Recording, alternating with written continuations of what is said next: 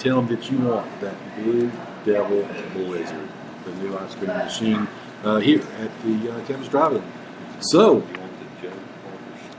tell them, they'll know exactly what that means.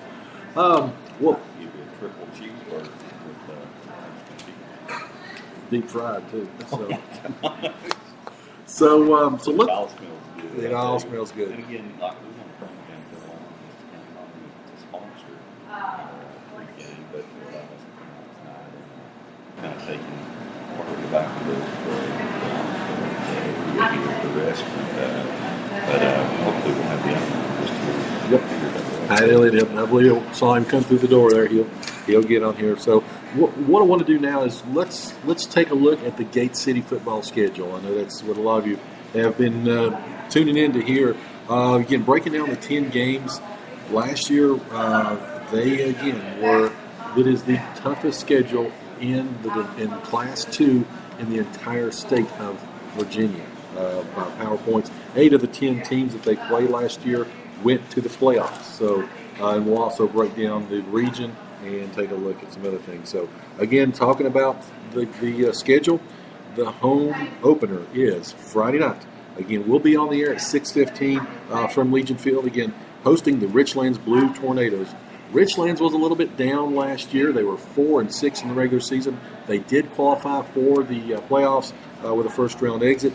Last week, though, they beat Grundy 34-0 in a benefit game. They're coached by Greg Max, as Coach Akers talked about. Very, very good football team in terms of what they do. They don't beat themselves. Again, this is Coach Max's 22nd season. Taking a look at what Richlands, the 7 starters back on offense, 8 on defense. As he alluded to, Race Moore is their quarterback this year. He was a receiver that is now at quarterback, and their quarterback last year was Trey Brown. He is now their starting tailback. So they've got a lot of experience back there. Logan Altizer and Sage Steele are the receivers that Coach had mentioned. They are burners. They can stretch the field. They've got a lot of speed and athleticism. And on that defensive side, again, 8 returning defensive starters. They are led by Ethan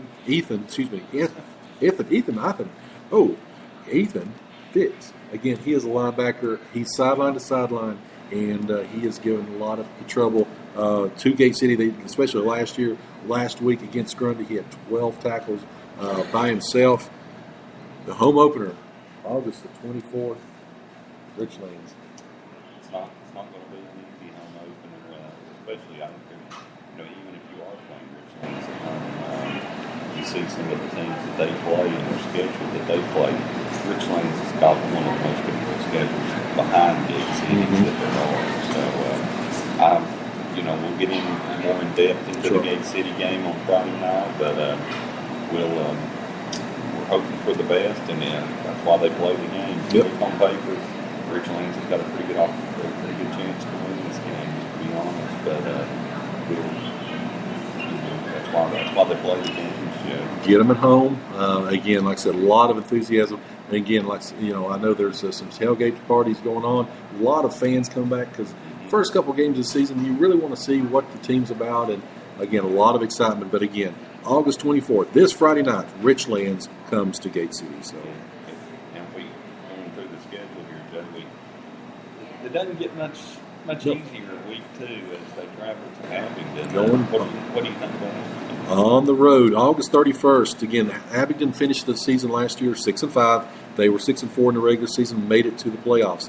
Darren Reed was our head football coach. He is now the defensive coordinator for our Blue Devils. Garrett Amberge has now stepped in for Darren Reed. Of course, Darren didn't leave the cupboard bare. 7 offensive and 7 defensive starters back. They've got Gabe Booth back at quarterback. Sean Canada. He last year ran for 160 yards against our Blue Devils. And then they've got a huge offensive line led by Gage Bassam, 6'4", 290 pounds. The 2 years ago, they were more spread. They wanted to throw the football around. Last year, they went to ground and pound. Excuse me. And Coach Garrett Amberge seems to want to keep doing that. Again, very physical football team, and again, it will be the first road game for Gate City. And then we were talking about like the two teams in Tennessee, over in Tennessee, that Gate City will play this year. They're back to back actually, and the first one's on the road, and it is at Sullivan South. And I am going to call this, whether you want to call it an upset or not, the Blue Devils will be Sullivan South Rebels. Here we go. September 7th. Again, you've heard it over in their little valley of death, they call it. But anyway, Sullivan South last year finished the season 7-4. They were a playoff participant. They lost again last week to Daniel Boone in week 1. Justin Hilton, his second season at the helm of the Rebels. Ethan Ward, their everything quarterback, he did graduate. Luke Pollock, who has 10 starts under his belt, and they've got 15 seniors this year. But now they want to be more balanced. In talking to Coach Hilton, 50-50 run pass options, but they've got Mason Armstrong back. He is their lead running back. Austin Watterson and Austin Mons are their receivers. They can get deep pretty quick. They rely on their speed because they lost 4 of their 5 offensive linemen and 3 of their 4 defensive linemen from last year. So they're extremely young up front, and they're going to rely on those playmakers to try to make things happen. And you were talking about Sullivan South earlier. You know, with Sullivan South right there, you just not want to know what you have because, like you said, their new quarterback this year is not a completely new quarterback because when Wardy got hurt, he came in and played. This is his team now, and you're going all the way with him. So I'm a little on the fence, like I said, with South. That's what I'm thinking. Just personally, I think Gate City's got a great opportunity to possibly still win the Sullivan South this year. So going into the 4th week, which is September the 14th, they get to have one of the Tennessee teams come over. It's one of the DB teams. It's not Dobbins Bennett, but it's Daniel Boone. Probably Daniel Boone may be better than Dobbins Bennett this year. Daniel Boone, an extremely physical football team, finished 8-3 on the season. Again, they beat Sullivan South last week, 28-14, but it was more of a physical game than anything. Their head coach, of course, is Jeremy Jenkins, and Charlie Cole is their running back, but they don't have just one back. Last week they featured Devin White and Joe Jones. Those are kind of the scat back, kind of speed guys. Charlie Cole, again, your Saquon Barkley kind of guy, runs right at you, runs over you, runs through you. Again, they really do some things well. They are young at quarterback. It's their first-year starting quarterback, Easton Harrell. He is a senior, but he's never got many reps. Good thing about what they do, Daniel Boone, that is, if you're a Daniel Boone fan, they've got 8 defensive starters back. They are grounding and pounding. That's what they want to do. You know, Gate City's wanting to spread a little bit. It's going to be a sort of contrasting styles as we get back to home again on September the 14th. Yeah, and I do think that game could be a defensive struggle like you were saying, Joe, just because Sullivan South is able to move the ball, but turnovers and then able to get it the ball in the end zone is what allowed Boone to beat Sullivan South 28-14. You know, when you talk, we don't. You know, of course, you know I'm the stat hound, but the highest number of turnovers and penalties in a football season are weeks 1 and 7. Wow. 1 because, of course, the first season. 7 because that is when time changes. That's the first night which gets cold, and that's when you start seeing more fumbles and interceptions. So, again, some tidbit out there for everybody's on Jeopardy. What weeks in the Virginia High School League, has the most turnovers? Weeks 1 and week 7. So, Alex, I'll take Virginia High School sports. Getting back to our schedule, let's name the 4 first that we played that we would have played in week 5. Ridgelands, at Abingdon, at Sullivan South, Daniel Boone at home. Okay, what are we going to do on week 5? We are going to be hosting the Union Bears. Bring in the Bears. 13-1 last season. Again, they beat Virginia High last week, 24-20 in a benefit game over in Bristol. You know, which try not to maybe read too much in this, but they only have 2 defensive starters back and 5 offensive starters. They've got Bailey Turner, which is their quarterback, which is Coach Turner's son. He's back from a torn MCL and ACL, so he's back to run the show. But their biggest thing this year is their offensive and defensive lines. They've got Brandon Bunch, Brendan Mullins, and Trevor Wagner.